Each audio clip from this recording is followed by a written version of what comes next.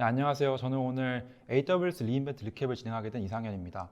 저는 오늘 서버레스 개발자들을 위해서 특히 진행하게 될 거고요. 저는 스마일벤처스라는 회사에서 CTO로 일하고 있습니다. 또 AWS 서버레스 히어로기도 합니다. 우선 제가 가장 먼저 언급하고 싶은 거는 서버레스로의 그 트렌드인데요. 가장 쉽게 볼 수 있는 지표라고 하면 역시 구글 서치겠죠. 구글 검색에서 보시면 지난 5년 동안 서버레스 그리고 그중에 특히 AWS 람다의 트렌드를 이렇게 보실 수 있는데요.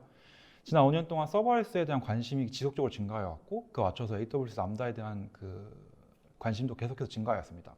이 트렌드는 방금 말씀드린 것처럼 지난 2020년에만 있었던 건 아니고 앞으로 지난 5년 동안 계속해서 있어 왔던 트렌드입니다. 좀 재밌는 점은 심지어 서버레스라는 키워드보다도 AWS 람다라는 키워드가 더 인기가 많다는 건데요. 요거에 대해서 좀 더 뒤에 AWS 람다를 소개하면서 자세히 설명드리도록 하겠습니다. 그러면 이 트렌드가 왜 일어나고 있는 걸까요? 서버레스라는 그 컨셉과 이 개념이 왜 이렇게 인기가 있어지고 있는 걸까요?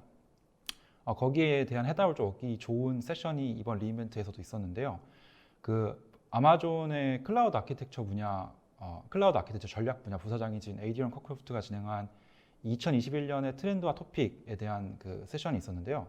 이 세션에 가장 먼저 언급된 게 사실은 서버레스 퍼스트였어요.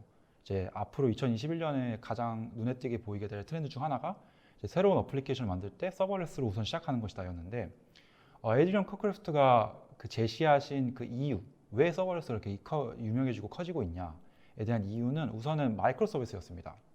사실은 이제 에이드리언 커크래프트 본인이 마이크로 서비스라는 개념을 정의하고 가장 먼저 전파하신 분 중에 한 분인데요. 마이크로 서비스라는 개념을 처음 이야기하기 시작한 건 한 2014년쯤부터였어요. 한 6년 정도밖에 안 된 트렌드인데 마이크로 서비스라는 트렌드가 가속화됨과 더불어서 자연스럽게 서버레스라는 개념이 인기 있어진 것입니다. 애초에 마이크로 서비스라는 개념이 왜 인기 있어졌냐? 마이크로 서비스를 사람들이 택하는 가장 큰 이유는 역시 속도와 그 유연함이에요. 이제 마이크로 서비스로 택하게 되면은 이 새로운 어플리케이션을 새로 만들고 어플리케이션의 기능을 추가하거나 더 발전함에 있어서 훨씬 빠른 그 유연성을 얻을 수 있고 기존의 모노리틱 어플리케이션을 만들면서 겪었던 수많은 문제들 하나의 기능을 수정하기 위해서 너무나 많은 코드를 알아야 된다거나 이런 문제들을 해결할 수 있게 되는 거죠. 근데 이제 마이크로 서비스로 넘어가면서도 이제 얻게 되는 문제점들도 있어요.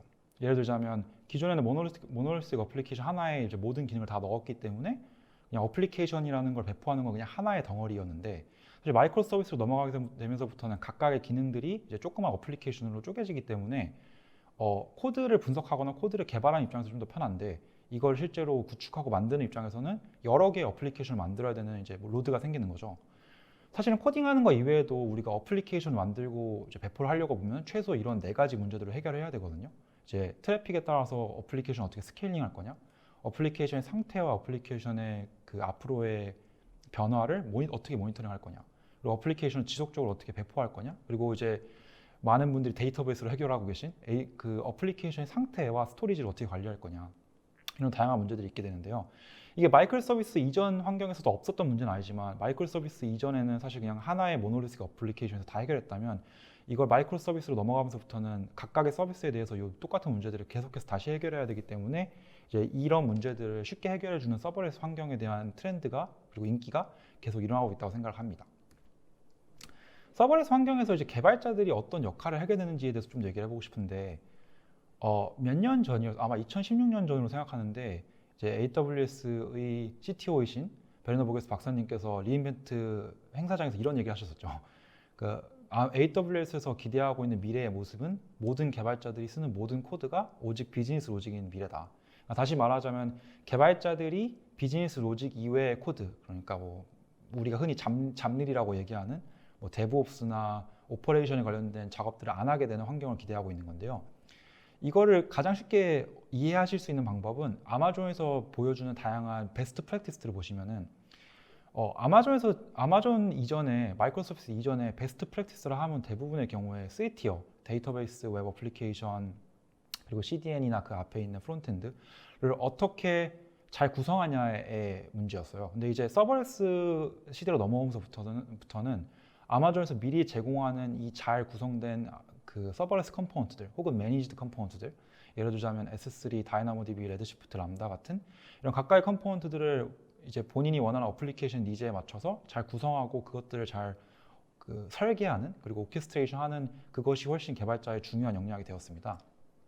그래서 서버레스 환경에서 개발자들이 이제 앞으로 해야 되는 일은 우선 서버레스 컴포넌트를 잘 이해하는 겁니다. AWS 이미 제공하는 아주 다양한 서버레스 컴포넌트들이 있고요. 오늘 그 중에서 몇 가지 다루고, 그 중에서 대표적인 람다나 다이나모DB 같은 걸 다룰 거지만 그 이외에도 아주 다양한 컴포넌트들이 있는데 이 컴포넌트를 각각이 하는 일과 하는 역할을 잘 이해하고 이 컴포넌트들을 어떻게 효율적으로 설계해서 어떻게 디자인해야 주어진 비즈니스 솔루션을 잘 만들어낼 수 있는지를 이해하는 겁니다. 또 하나는 비즈니스 로직이 아닌 뭔가 데브옵스를 위한 코드를 작성할 일이 생겼을 때 이걸 어떻게 피할 수 있는지, 이 일을 어떻게 하면 아마존에서 이미 미리 제공하는 서버리스 컴포넌트나 매니지드 컴포넌트 이용해서 해결할 수 있는지를 이해하는 거죠. 또 요것들이 제가 생각하기에 서버레스가 이제 트렌드가 되는 이 개발 환경에서 개발자들 여러분들이 잘 해야 되는 일이라고 생각합니다. 람다의 이제 이번 리인벤트에서 소개된 AWS 람다의 새로운 기능들을 몇 가지 소개해 드리려고 하는데요. 우선 람다가 어떤 건지 잘 모르실 분들이 있을 것 같아서 좀 간단하게 소개해 드리자면 람다를 이해하시는 가장 쉬운 방법은 람다를 흔히들 펑션 에즈 서비스라고 소개하기도 하는데요. 그러니까 람다는 기본적으로 개발자가 인풋과 아웃풋이 있는 아주 간단한 펑션을 작성한 다음에 뭐 코드는 어떤 언어로 작성하면 상관없어요.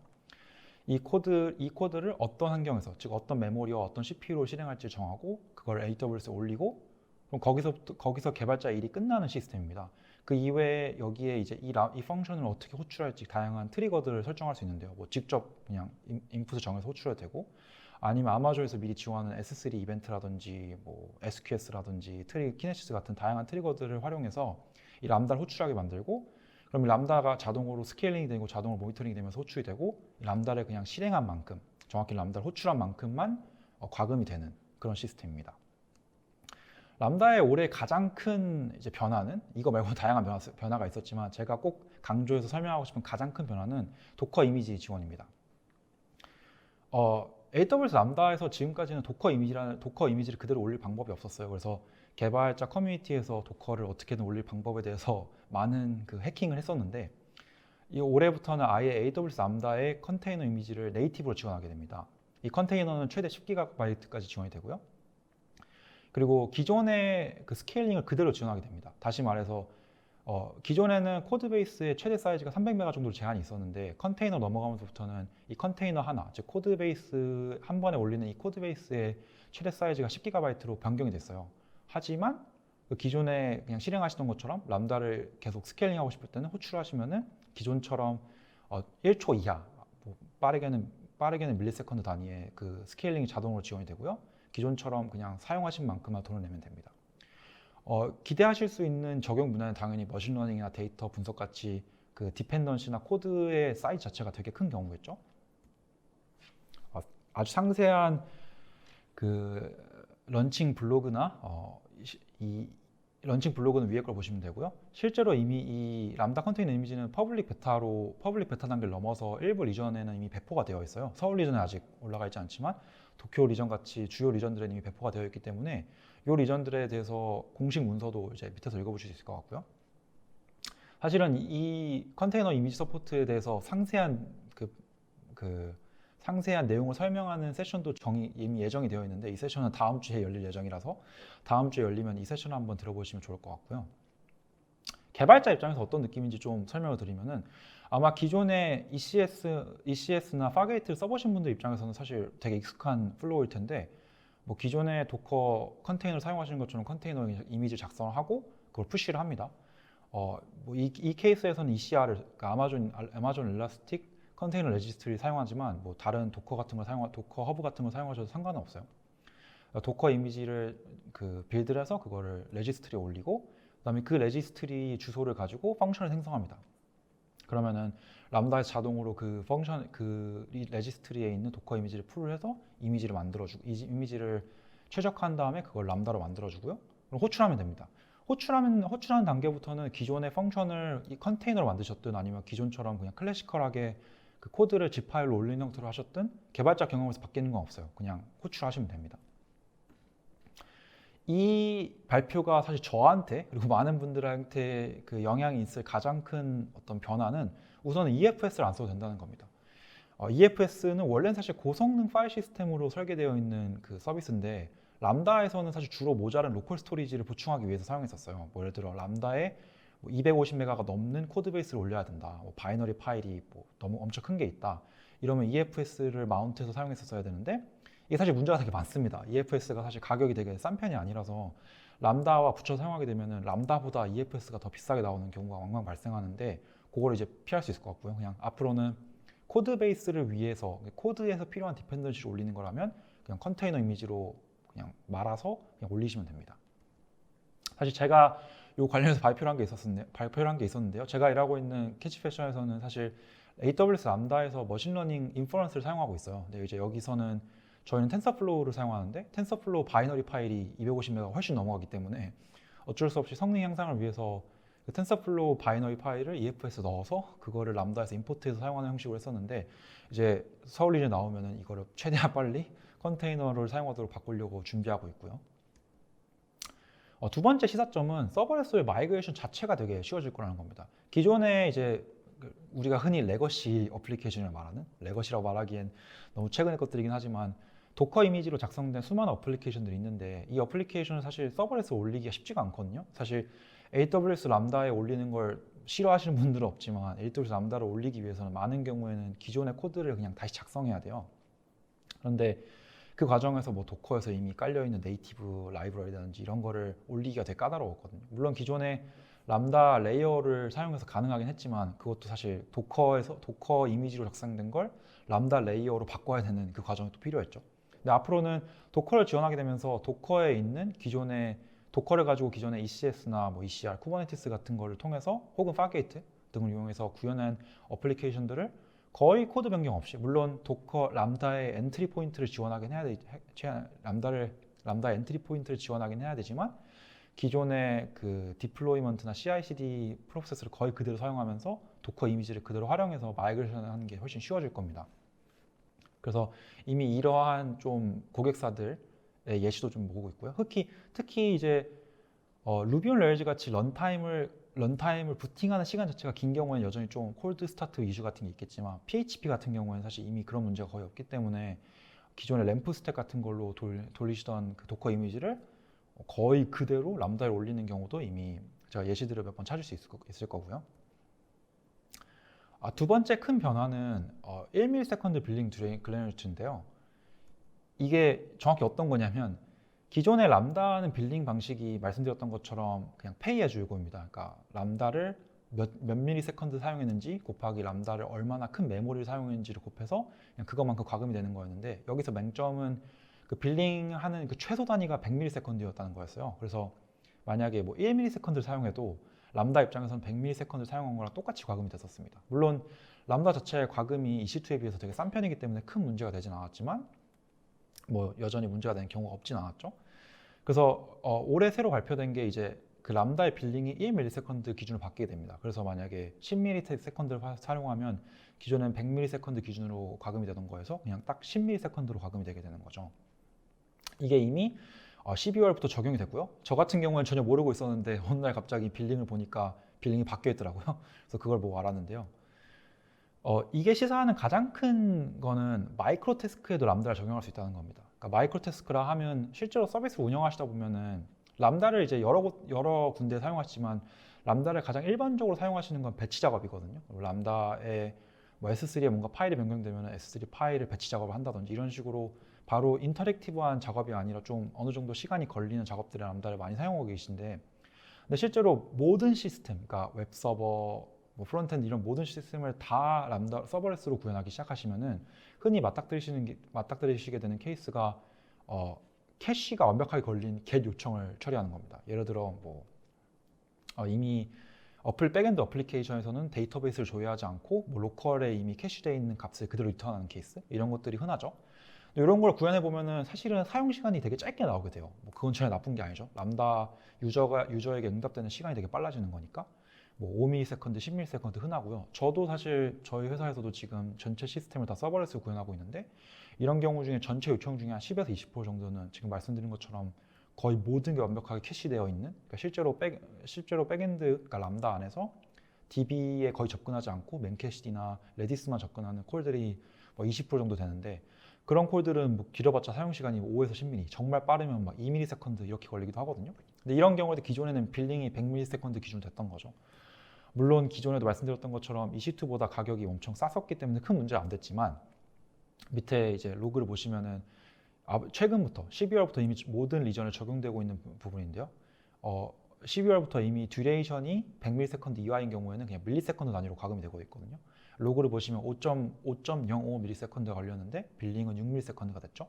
이런 경우에는 이제 걱정 없이, 물론 기존에도 비쌌던 건 아니지만 걱정 없이 마이크로 테스트를 사용할 수 있는 거고, 가장 큰 시사점이라면은 기존에는 이제 이런 문제들 때문에 되게 아주 마이크로한 작업들에 대해서는 그냥 리저브드 인스턴스 EC2를 사용하는 게 더 이득이라고 생각하시는 분들이 많을 텐데 앞으로는 이 변화 때문에 람다를 사용하는 것도 별로 이제 손해를 보지 않게 됐다.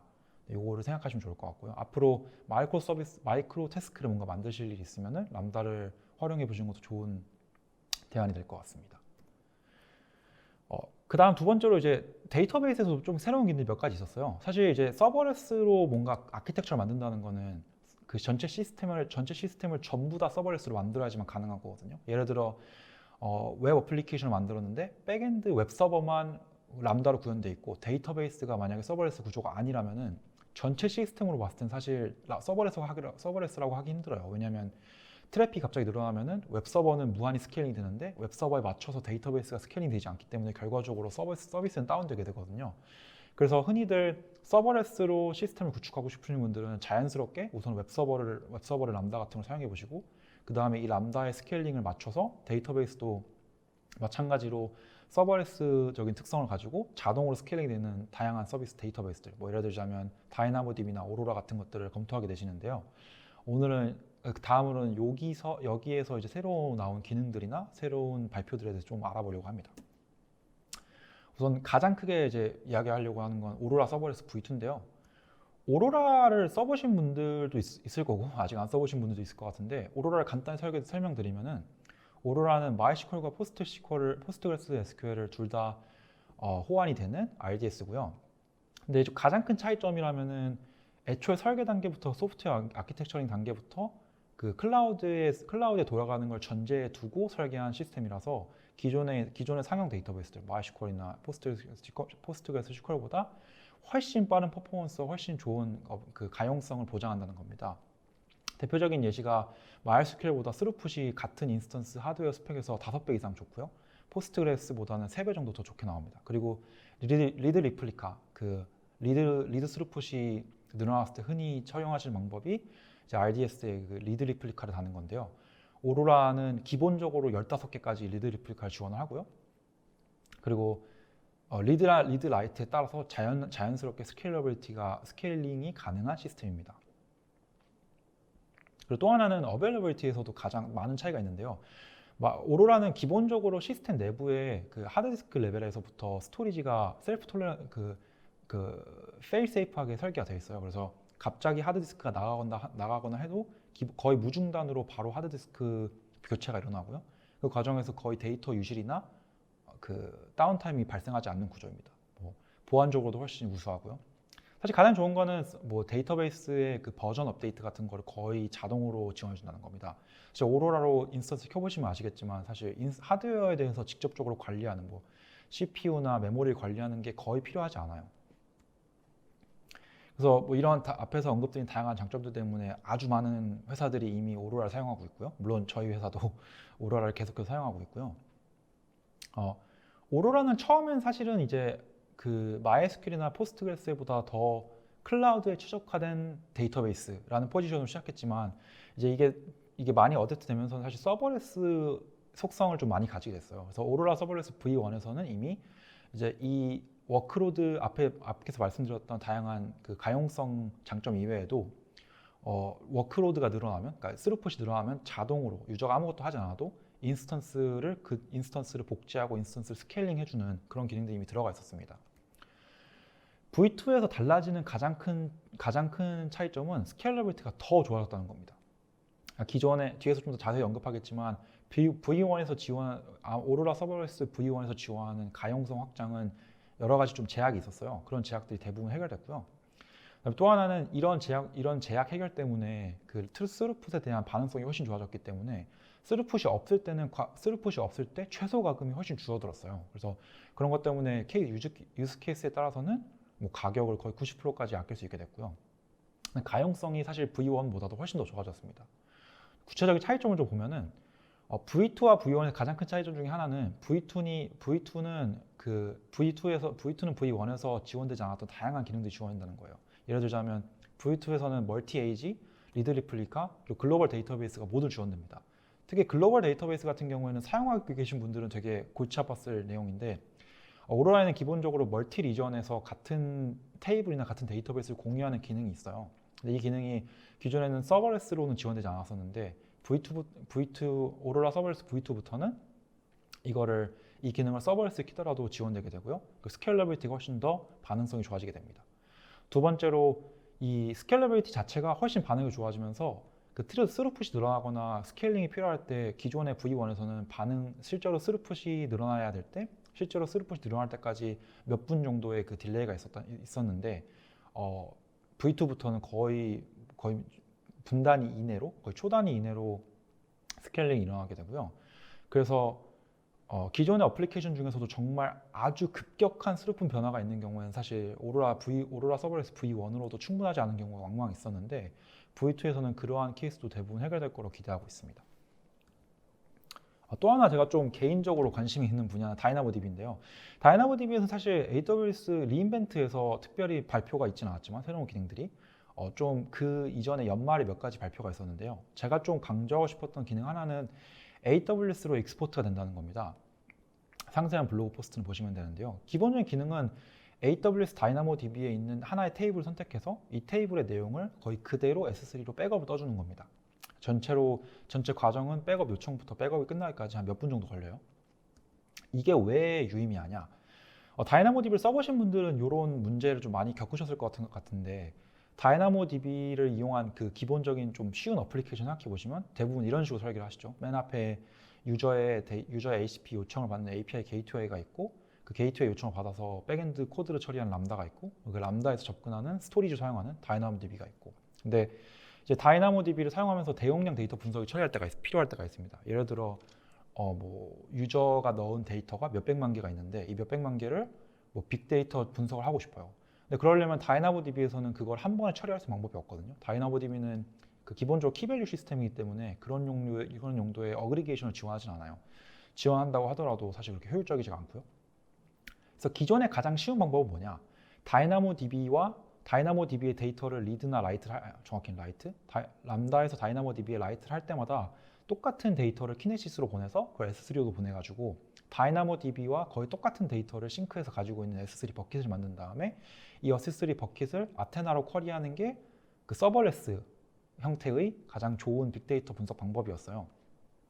근데 여기엔 여러 가지 문제점들이 있었습니다. 예를 들어 지금 보이는 이 람다를 통해서 다이나모DB를 수정하는 게 아니라 다른 경로로 다이나모DB를 수정한다고 하면은 S3와 싱크가 깨지겠죠. 그리고 같은 레코드를 업데이트 할 일이 있을 때는 S3에서 그걸 처리하기 되게 까다로워요. 다이나모DB 입장에서는 하나의 레코드가 수정된 거지만 키네시스로 데이터를 변경을 보낼 때는 두 개의 이벤트이기 때문에 S3에서 그거를 하나로 어큐뮬레이션을 하는 그 두 개의 이벤트를 하나로 합쳐서 하나의 컨솔리데이트된 이벤트로 만드는 그런 추가 작업들이 필요했거든요.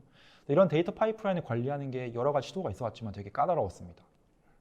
그런데 이제 S3 익스포트가 되면서부터는 이게 훨씬 간단해졌어요. 그냥 여러분들이 하셔야 되는 거는 다이나모DB에 테이블 하나 지정해서 이 테이블을 1시간에 한 번, 혹은 하루에 한 번씩 그냥 S3로 덤프를 뜨시고 아테나에서는 새로 만들어진 그 테이블을 새로 덤프가 떠진 그 S3 버킷이나 S3 오브젝트를 포인팅해서 그걸로 아테나 테이블을 만든 다음에 그 테이블로 쿼리를 하시면 됩니다.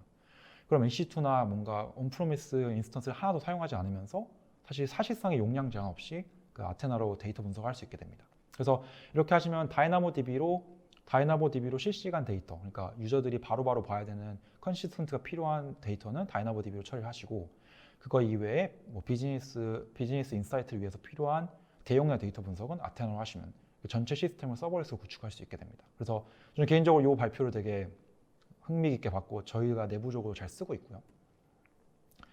그 이외에 간단하게 좀 서버레스 관련된 서비스들 몇 가지 런칭된 게 있는데 제가 아주 디테일하게 다루진 않겠지만 되게 흥미로운 주제들이라서 좀 간단하게 짚으려고 합니다. 우선 그 아파치 에어플로우를 매니지 서비스로 아마존에서 발표를 했는데요. 아파치 에어플로우를 익숙하지 않으신 분들이 있을 것 같아서, 에어플로우는 일단 에어비앤비에서 자기네들이 이제 내부적으로 빅데이터 분석 처리를 하기 위해서 만든 툴이고요. 기존에도 사실 에어플로우 이외에도 뭐 루이즈라든지 뭐 피그라든지 다양한 툴이 있었는데, 에어플로우가 가장 최근에 인기 있는 툴입니다. 에어플로우가 하는 거는 데이터 파이프라인을 DAG라고 해서 그 서로 간에 디펜던시가 있는 여러 개의 작업들을 만들어서 그 작업들을 스케줄링해서 처리할 수 있게 만들어주는 거예요. 그래서 에어플로우가 내부적으로 하는 거는 이 작업들의 실행 순서와 작업들의 실행 워커 같은 걸 관리해주고요. 저도 사실 내부적으로 이걸 몇 번 써본 적이 있었는데, 이제 기존에 아마존에서도 데이터 파이프라인이나 아니면 람다 스텝 펑션 같은 이런 거의 비슷한 DAG를 지원하는 시스템들이 있긴 해요. 근데 이제 아무래도 빅데이터 처리에는 에어플로우가 되게 최적화되어 있기 때문에 이 툴들을 많이 찾는데요. 에어플로우는 사실 사용할 수 있는 그 유스 케이스가 되게 무궁무진합니다. 저희 같은 경우는 내부적으로 ETL, 그러니까 저희가 유저들에게 뭔가 데이터를 추천하거나 컨텐츠 추천하기 위해서 ETL을 위해 썼었는데요. 사실 AI나 ML에 있어서도 데이터 전처리할 때도 많이 쓰이겠죠. 그리고 데브옵스 관점에서도 로그 분석이나 로그 데이터 처리에도 아주 유용하게 쓸 수 있을 겁니다. 네, 아파치 에어플로우의 그 가장 큰 문제라면 다른 서비스와 마찬가지로 그 인스턴스를 관리해야 한다는 거였어요. 에어플로우도 기본적으로 클러스터 시스템이기 때문에 그 에어플로우 인스턴스를 뭐 띄우고 그거를 프로비저닝하고 그 인스턴스가 모자라면 인스턴스를 붙이고 이런 다양한 작업들이 필요했었는데, 매니지드 워크플로우가 생기면서부터는 이제 이걸 그냥 인스턴스를 만드시면 되고, 그럼 내부적으로 뭐 하드웨어, CPU나 메모리, 그리고 인스턴스 관리, 그리고 심지어는 아파치 에어플로우 버전 업데이트 같은 것도 AWS 알아서 해주게 됩니다. 그래서 혹시 기존의 에어플로우나 ETL 그 파이프라인을 구축하려고 생각하고 계신 분들이라면 아파치 에어플로우 아마존 매니지드 워크플로우를 한번 검토해 보시는 것을 추천드리고요. 또 하나 좀 다루고 싶은 주제는 그라파나입니다. 아마존에서 이제 매니지드 서비스로 그라파나도 출시를 했는데요. 그라파나를 사실 그라파나 되게 인기 있는 툴인데, 사실 한국에서는 제가 쓰는 분을 많이 뵙지는 못했는데, 그래파나는 그 데이터 비주얼라이제이션 분야에서 상당히 많이 쓰이고 있는 그 툴이고요. 흔히들 대시보드로 많이 사용하시죠. 한국에서는 이제 ELK 스택을 많이 쓰셔서 대부분 뭐 키바나를 쓰실 텐데, 거의 비슷한 형태로 그라파나를 많이 쓰십니다. 그래서 기존에도 그라파나 툴도 사실 되게 인기 있게 많이 썼는데, 그라파나 역시 문제라면 마찬가지로 인스턴스를 구축하고 인스턴스에 데이터베이스를 연결해서 데이터베이스를 프로비저닝하고 해야 하는 걸 해야 한다는 거였어요. 근데 이제 아마존에서 이거를 마찬가지로 매니지 서비스로 만들면서 다양한 그 문제들, 뭐 확장이라든지 인티그레이션 관리라든지, 그러니까 아마 그 그라파나에서도 이제 데이터 소스 같은 걸 여러 가지 플러그인을 만들 수 있긴 하는데, 그 플러그인들 관리하는 게 되게 까다로웠었거든요. 그런 플러그인 관리라든지 빌링이라든지 이런 다양한 것들을 아마존에서 자동으로 관리하는 시스템으로 만들어졌습니다. 그래서 기본적으로 AWS에서도 마찬가지로 이 AWS에 있는 데이터를 그라파나로 쉽게 비주얼라이즈를 할 수 있도록 기본적인 플러그인들을 많이 지원하고요. 뭐 클라우드 워치라든지 엑스레이라든지 SNS라든지 뭐 IoT라든지 뭐 타임스트림이라든지, 혹은 심지어는 엘라스틱 서치도 사용할 수 있어요. 그래서 이론적으로는 엘라스틱 서치에 있는 데이터를 그라파나로 비주얼라이즈 하시는 것도 가능합니다. 물론 기존처럼 키바나를 쓰셔도 되지만요. 이런 다양한 툴들이 새로 나왔고요. 특히 이 앞에 말씀드린 이 두 가지 툴들은 완전히 새로 나온 서비스이기 때문에 모르시는 분들이 많을 것 같은데, 말씀드렸던 것처럼 새로운 데이터 분석 툴, 그 ETL 처리가 필요하시거나 데이터 비주얼라이제이션이 필요하시면 이 두 가지 서비스를 한번 검토해 보시면 좋을 것 같습니다.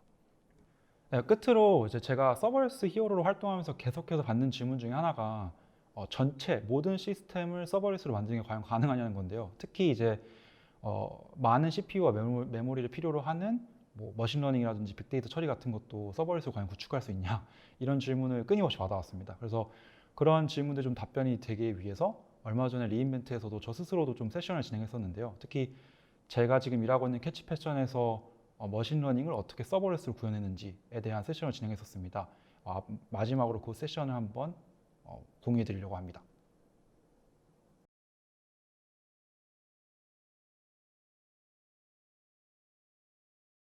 Hi, I'm Kurt Lee. I'm a CTO of Catch Fashion, and also I'm a AWS Serverless Hero. Today I'd like to share my experience of how Catch Fashion built a serverless ML inference service with AWS Lambda.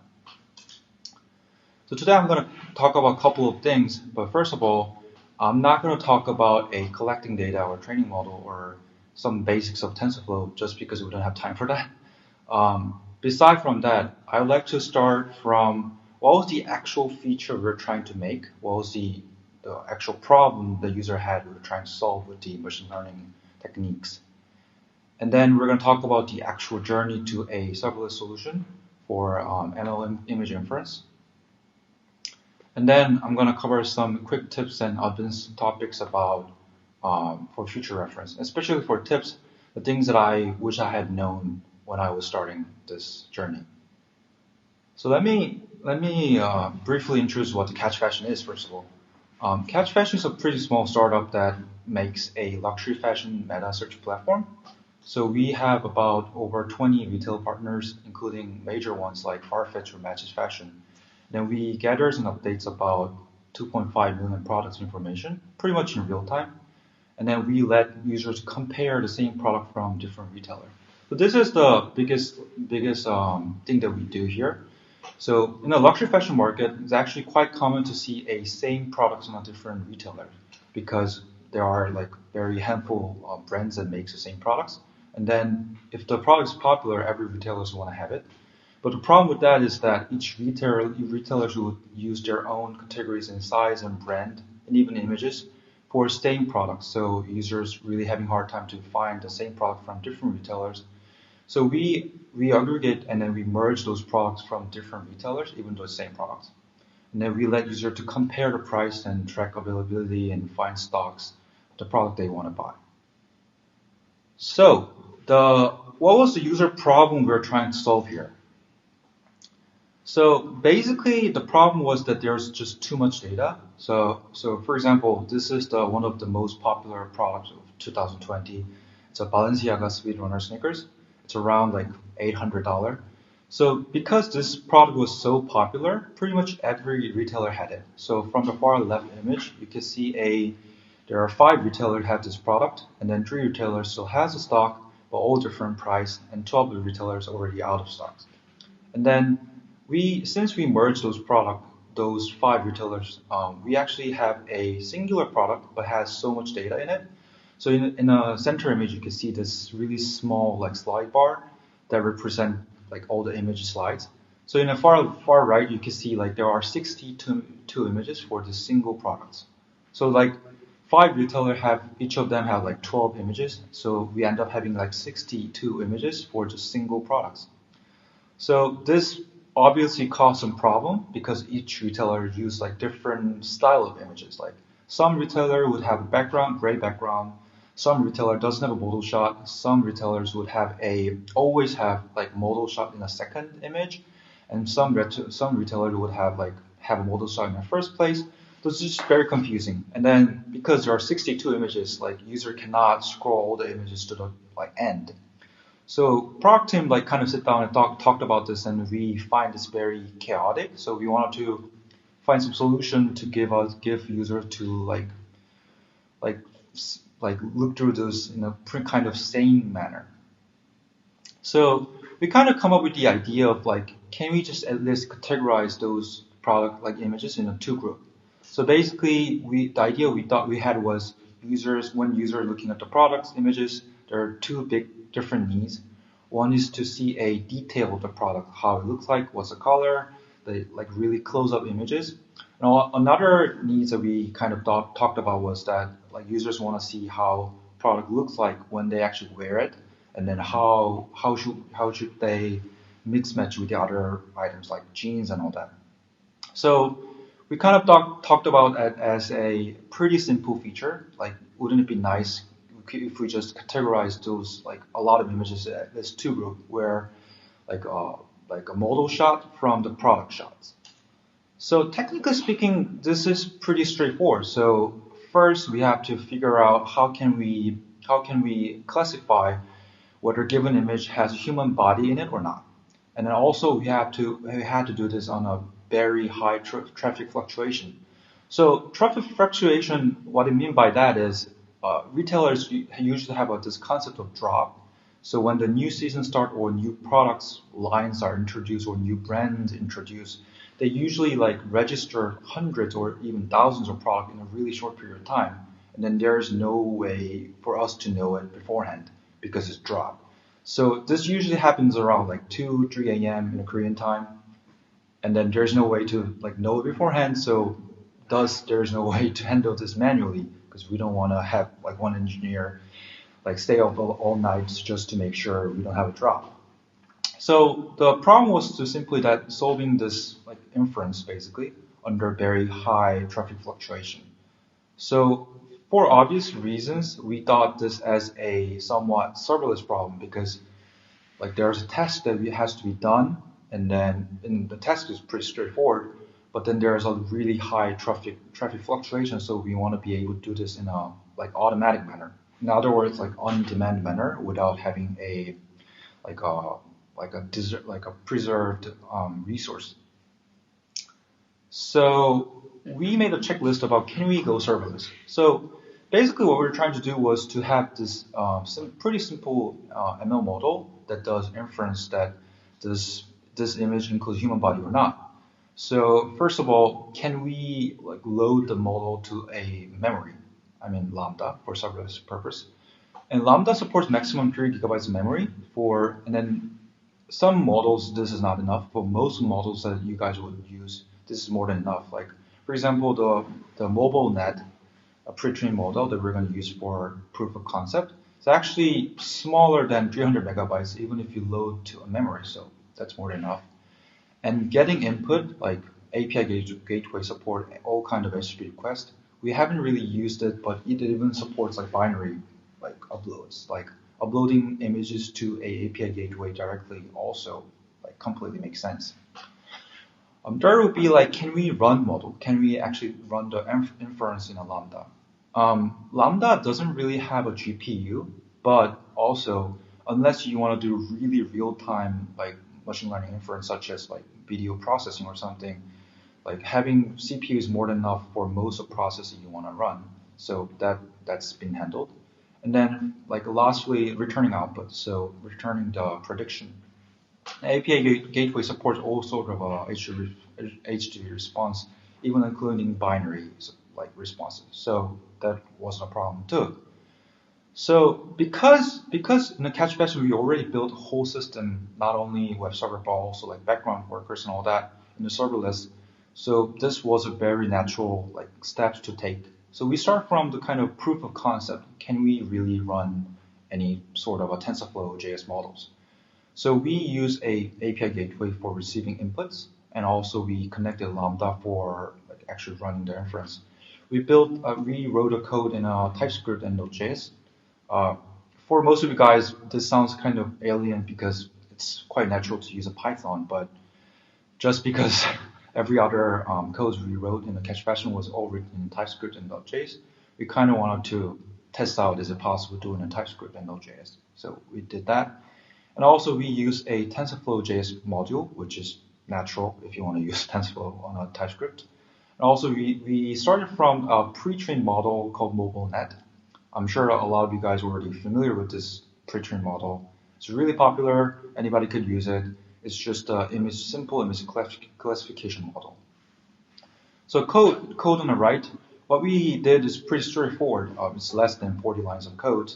We just receive an image URL as an input, and then we download the image from the internet to the Lambda. So and then parse those image into a bitmap buffer, and then load the buffer into memory, and then convert the memory in the buffer into a TensorFlow receivable tensor, and then run the inference with that tensor, and then return the output, which is probability of classification usually.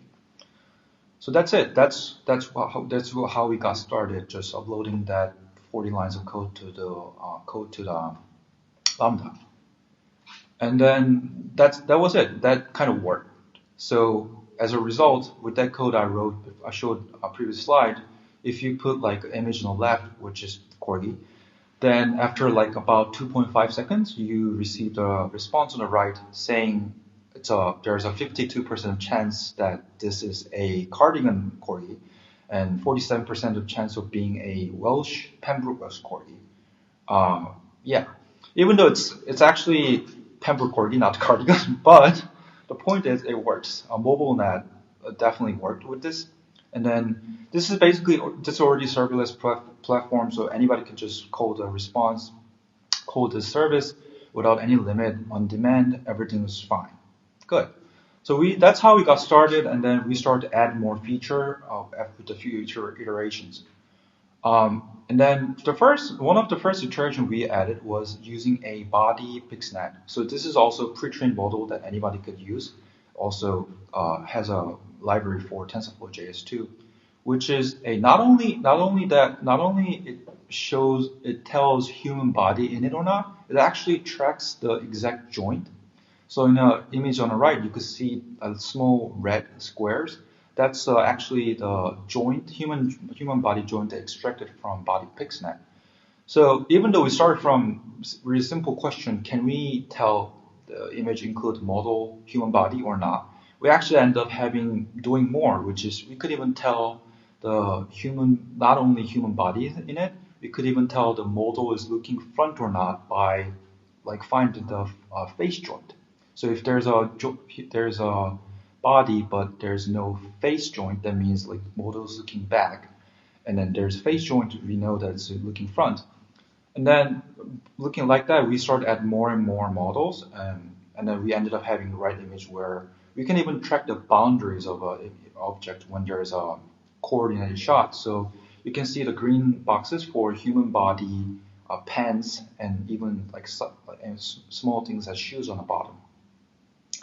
And that was it. So we had this microservice that basically, if you put image URL, returns all the information, metadata, you could say, that you can see on the right, and then we just use that to say, is this human model shot or not?